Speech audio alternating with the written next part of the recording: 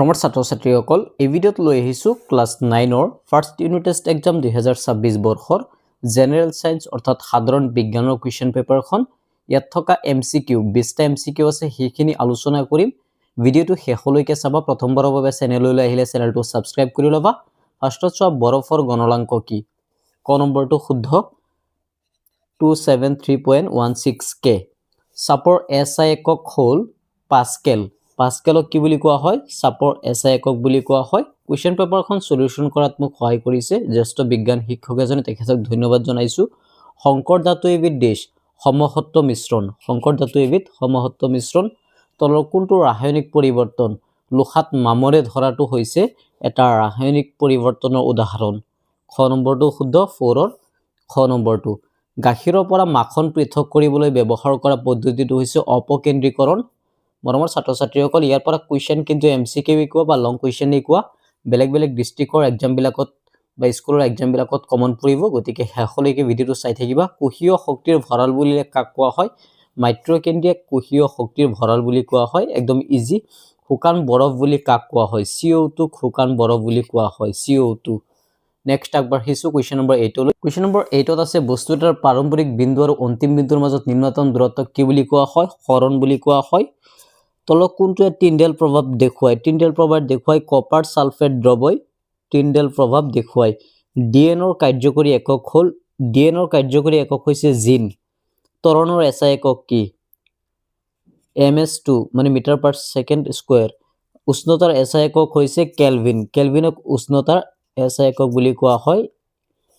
এলপিজিৰ সম্পূৰ্ণ নাম কি লিকুইফাইড পেট্ৰোলিয়াম গেছ খ নম্বৰটো শুদ্ধ খ নম্বৰটো কোষৰ আৱিষ্কাৰ কোনে কৰিছিল কোষৰ আৱিষ্কাৰ কৰিছিল ৰবাৰ্ট হুকে কোষৰ আৱিষ্কাৰ কৰিছিল কোষ বেৰৰ মুখ্য উপাদানটো হ'ল সেলুলোজক কোষ বেৰৰ মুখ্য উপাদান বুলি কোৱা হয় তলৰ কোনটো ভৰৰ একক হৈছে কিলোগ্ৰামক কি বুলি কোৱা হয় ভৰৰ একক বুলি কোৱা হয় তলৰ কোনটো পদাৰ্থ নহয় চিন্তাটো হৈছে পদাৰ্থ নহয় 17 নম্বৰৰ গ নম্বৰটো শুদ্ধ তাৰ পিছত তলৰ কোনটো বিশুদ্ধ পদাৰ্থ হৈছে বৰফক কি বুলি কোৱা হয় বিশুদ্ধ পদাৰ্থ বুলি কোৱা হয় কোষৰ আত্মঘাতী মোনা বুলি কাক কোৱা হয় লাইভোজমক কোষৰ আত্মঘাতী কি বুলি কোৱা হয় বোমা বুলি কোৱা হয় মোনা বুলি কোৱা হয় লাইভোজম সাধাৰণ উষ্ণতাত তৰল অৱস্থাত থকা অধাতু হৈছে ব্ৰমিন তাৰ পিছত ইয়াত 1 মাৰ্কছৰ আৰু তিনটা কোৱেশ্চন আছে এইবিলাক আউট অফ সিলেবাসৰ পৰা আহিছে তাৰ পিছত 2 মাৰ্কছৰ কোৱেশ্চন বিলাক এবাৰ ভালকে চাই যোৱা এই কোৱেশ্চন বিলাকো কমন পৰাৰ সম্ভাৱনা আছে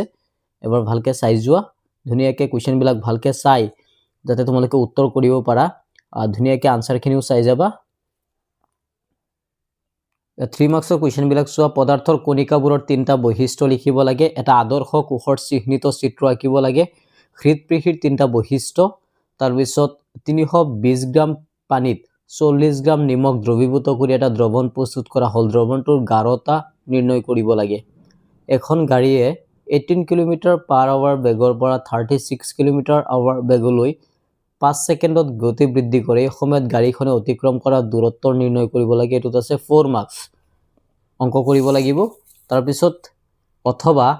কোষ অংগাণুসমূহৰ নাম উল্লেখ কৰি এটা প্ৰাণীকো অঙ্কন কৰিব লাগে 5 মাৰ্কছ লাষ্টত আছে আভ্যন্তৰীণ মূল্যায়ন মানে প্ৰকল্প